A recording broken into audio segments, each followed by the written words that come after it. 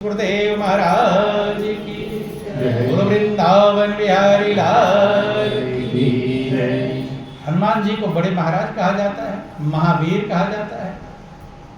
वीर का मतलब होता है जो संसार में युद्ध के स्थल में वीरता दिखाता है, और महावीर का मतलब होता है जो अपने मन पर विजय प्राप्त कर लेता है। मनुष्य सब पर विजय प्राप्त कर लेता है, लेकिन अपने मन पर विजय प्राप्त कर पाता नहीं।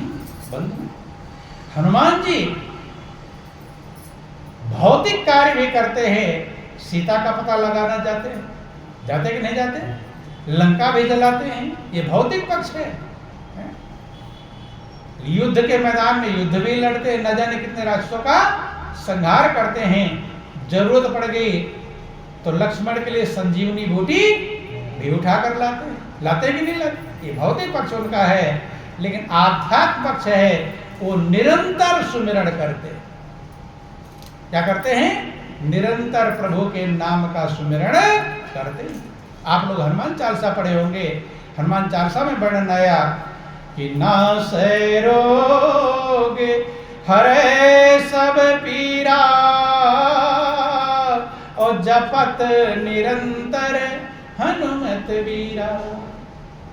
सारे रोग हर ली जाएंगे, सारी पीड़ाएं हर ली जाएंगी जब उस पीड़ा को आप जपेंगे जिसको हनुमान ने निरंतर सुमिरण किया। हनुमान जी निरंतर सुमिरण करते हैं। निरंतर का मतलब नि प्लस अंतर, बिना अंतर के, जिसमें कोई अंतर ना हो। तो भौतिक पक्ष भी करते संभालते हैं और आध्यात्म पक्ष भी संभालते। बंधु, दोनों का बैलेंस जब तक आप नहीं बनाएंगे, तब तक आपके जीवन में जिस आनंद को ढूंढ रहे हैं, जिस सुख को ढूंढ रहे हैं, जिस शांति को ढूंढ रहे हैं, वो कभी मिलने वाली नहीं।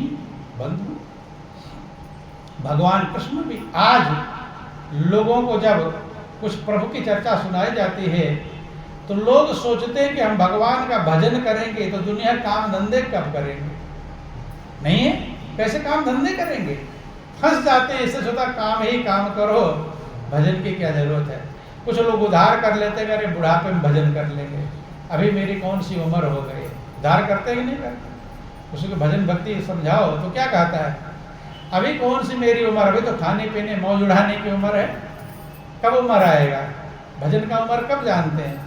जब बूढ़े हो जाएंगे, हाथ पैर से लाचार हो जाएंगे, उठा बैठा नहीं जाता। तो जब तक समय है तब तक कहते बूढ़े हो जाएंगे तब भजन करेंगे, और जब बूढ़े हो जाते हैं तब तो कहते महाराज जब उठा बैठा नहीं जाता, क्या भजन हो जाएगा? कहते हैं तो दोनों से चला गया। जब सही था तब बुढ़ापे का उद्धार कर दिया, और बुढ़ापे में लाचारी का उद्धार कर दिया। तो धोबी का कुत्ता ना घर का ना घाट का, ना इधर का हुआ ना उधर का। बंधु ध्यान देना। हाँ, अगर ये फार्मूला होता कि जो पैदा हुआ जवान होगा बूढ़ा होगा तब जाएगा, तब तो हम उद्धार कर सकते थे। नहीं कर सकते थे कि भाई अभी युवावस्था है, अभी बचपना है, तो बूढ़े होंगे तब कर लेंगे भजन। लेकिन बूढ़ा बैठा रहता, जवान चला जाता है। जाता कि नहीं जाता?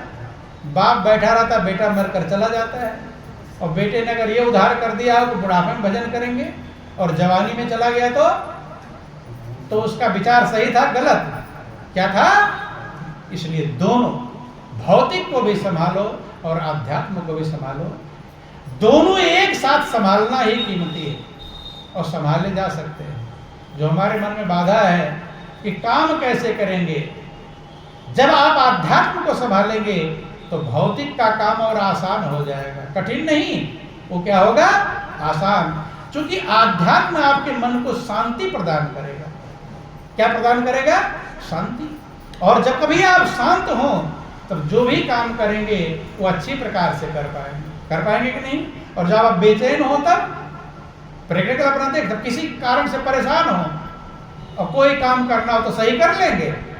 इसलिए जब आप शांति पाएंगे आध्यात्म के द्वारा तो भौतिक कार्य को सही प्रकार से कर पाएंगे। देखो उदाहरण देते हैं आप, गीता में भगवान कृष्ण ने अर्जुन का रथ हाँका, क्या हाका? उनके सारथी। अर्जुन कहते हैं कि मेरा रथ दोनों सेनाओं के मध्य पहुंचाओ, ताकि मैं देख सकूं कि मेरे दुश्मन कौन है और मेरे सहयोगी कौन है। उभय सेना मध्य, के दोनों सेना के मध्य में मेरा रथ खड़ा करिए। भगवान कृष्ण ने अर्जुन का रथ दोनों सेनाओं, क्या बात है, ध्यान बोलो वृंदावन बिहारी लाल। दोनों सेनाओं के बीच में जब खड़ा किया, अब अर्जुन देख रहे हैं कि मेरे मुझसे लड़ने को कौन तैयार है। मेरे ही सगे संबंधी, मामा, चाचा, सब परिवार वाले ही लोग हैं। अर्जुन ने विचार किया, चूंकि कोई भी कार्य करने से पहले विचार करना चाहिए कि नहीं? क्योंकि आप लोग पढ़ते हैं कि बिना विचारे जो करे सो पाछे पछताए, और काम बिगाड़े आपने जग में होत हंसाए। कोई भी कार्य करने से पहले विचार करना चाहिए। अर्जुन ने विचार किया, युद्ध है, युद्ध का दो परिणाम होगा। या तो ये जो सामने हमसे लड़ने के लिए खड़े हैं, ये सब लोग हमारे द्वारा मारे जाएंगे, यही तो युद्ध है। या तो वो सब हमें मार डालेंगे, दो ही चीज तो। अगर वो सब हमको मार डाले, मर गए, तो काम ही खत्म, सोचने का काम ही खत्म हो गया, मौत हो गई। लेकिन अगर हमने उन सबको मार डाला, तब उसके बाद सोचना पड़ेगा, उसके बाद क्या करेंगे, क्या मिलेगा उसके बदले? राज्य मिलेगा। लड़ाई किसकी है? राज्य की है। इतने सब लोगों को मारकर उसके बाद क्या मिलेगा? राज्य। और राज्य पाकर क्या करेंगे? भोजन करेंगे, कपड़े पहनेंगे, सोएंगे, जागेंगे, मतलब जीवन का निर्वाह करेंगे और एक दिन मरकर चले जाएंगे। अर्थात इतने लोग जो खड़े हैं, इन सबको मारने के पीछे क्या कारण है? ताकि हमारी जिंदगी बसर हो, खाया पिया कमाया, इतना ही तो काम है। अर्जुन ने विचार किया, क्या जिंदगी को बसर करने के लिए इतने सारे लोगों को मारना जरूरी है? और कोई रास्ता नहीं। अर्जुन ने विचार किया कि सबसे छोटा काम भिक्षा मांगना। क्या है? भीख मांगना। विचार किया कि अगर भीख मांगकर जीवन का निर्वाह हो जाए, तो इतने लोगों की हत्या बच जाए, तो सही है कि गलत? क्या है? अर्जुन ने कहा, मैं भिक्षा मांग लूंगा, लेकिन मैं युद्ध नहीं। और भगवान कृष्ण क्या कह रहे हैं कि अर्जुन युद्ध करो। क्या कह रहे हैं? युद्ध करो। तो दोनों में सही कौन है? अर्जुन का विचार सही कि कृष्ण का विचार सही है? देखो, असमंजस में पड़ गए। ज्यादातर लोग ये विचार करें, अर्जुन सोच रहा है इतने सब लोग मरे भी ना और जिंदगी का बसर भी हो जाए। लेकिन ध्यान देना, महापुरुषों की दूर दृष्टि होती है और सामान्य की दृष्टि नजदीक हो। चलो हम आप ही की बात मान लेते हैं, अर्जुन का विचार सही। तो अर्जुन युद्ध का मैदान छोड़कर भीख मांगने चला जाता, तो जो कौरव के दुर्योधन इत्यादि सही से भीख मांगने देते हैं कि जाओ आराम से भीख मांगो, हैं? जो लाख के घर में मारने का, जलाकर प्रयास कर, कितनी बार मारने का जिन्होंने प्रयास किया, उनका दुश्मन आराम से भीख मांगने देंगे? भिक्षा भी मांगने। इसलिए कृष्ण का पक्ष सही है। उसके लिए तो कृष्ण भगवान शांति दूत बनकर गए थे कि 5 पांडव हैं, 5 पांडव को एक एक गांव, 5 गांव दे दो, एक एक गांव में अपने परिवार का पालन कर लेंगे। लेकिन अर्जुन ने क्या कहा था? दुर्योधन ने क्या कहा था? बिना युद्ध के सुई की नोक रखने के बराबर जमीन भी देने वाला। सुई की नोक के बराबर भी जमीन अगर मिलेगी तो कैसे मिलेगी? इसलिए युद्ध जरूरी है। चलो ये तो अलग बात है, आपको क्या समझना है? बीच में खड़ा हो गया अर्जुन, विचार कर रहे हैं, भिक्षा मांगकर जीवन का निर्वाह कर लूंगा। कृष्ण भगवान ने कहा, युद्ध करना आवश्यक। बंधु, तो युद्ध उसका कर्म क्षेत्र है। क्या है? तुम क्षत्रिय हो, तुम्हारा कर्म क्षेत्र है युद्ध। लेकिन दूसरा कर्म और धर्म, इसलिए धर्म क्षेत्र कुरुक्षेत्र। सबसे पहला श्लोक आया गीता का, धर्म क्षेत्र कुरुक्षेत्र। कुरुक्षेत्र माने कर्म क्षेत्र और धर्म क्षेत्र माने धर्म क्षेत्र। तो कुरुक्षेत्र में युद्ध का मैदान है, और धर्म क्षेत्र क्या है कि अर्जुन से कहते हैं, गीता अध्याय 8 श्लोक 7 में कहते हैं, अर्जुन जिंदगी को सही प्रकार जीने के लिए वहां भौतिक और आध्यात्म दोनों रास्ता पकड़ाया। किसको? अर्जुन को। कि तस्मात् सर्वेश कालेषु मामनुस्मर युद्धचा मयार्पित मनोबुद्धि मामयो संशय संशय। हे अर्जुन, तो निरंतर स्मरण कर और युद्ध भी कर। दो काम करने को कहा। क्या कहा? निरंतर स्मरण कर और युद्ध कर। युद्ध क्या है? ये भौतिक क्षेत्र है। कौन सा क्षेत्र है? भौतिक। और निरंतर स्मरण क्या है? ये आध्यात्म। ध्यान समझना, भौतिक भी दोनों को साथ में समझाया, लेकिन गीता के पढ़ने वाले लोग इस बात को समझ नहीं पाए। दोनों काम कैसे साथ होगा? यहाँ तो काम धंधा छोड़कर भजन करते हैं तो मन कहीं चला जाता है, जाता कि नहीं? लेकिन कभी आप देखना, एक गाड़ी वाला, उदाहरण समझाते हैं आपको। गाड़ी वाला जब गाड़ी चलाता है तो उसमें टेप रिकॉर्ड भी ऑन करता है, गाना भी लगाता कि नहीं? अगर वो गाना सुन रहा है तो गाड़ी चलाने में खराबी होगी कि सही चलाएगा? गाना चलाते समय गाड़ी सही, क्योंकि धुन में अब और कुछ नहीं, एक जगह स्थिर हो गया मन। कहाँ मन स्थिर हो गया? गाने में है गाड़ी। दुनिया की बातें सोचना गायब। दुनिया में पता नहीं कितनी बातें सोचता कि नहीं सोचता। अब मन कहाँ हो गया? एक जगह स्थिर, गाने में प्रसन्न भी रहेगा। जब गाने में प्रसन्न हुआ तो गाड़ी चलाने में आसानी होगी, कठिनाई होगी? क्या होगी? आसानी होगी। बंधु, दोनों काम हो रहा कि नहीं?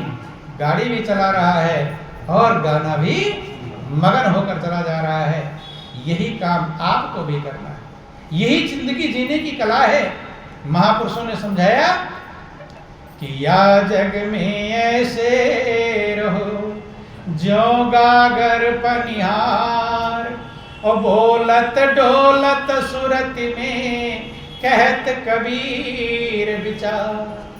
संसार में जिंदगी जीने का तरीका, संसार में रहने का तरीका महापुरुषों ने समझाया। या जग में ऐसे रहो जो गागर पनिहार।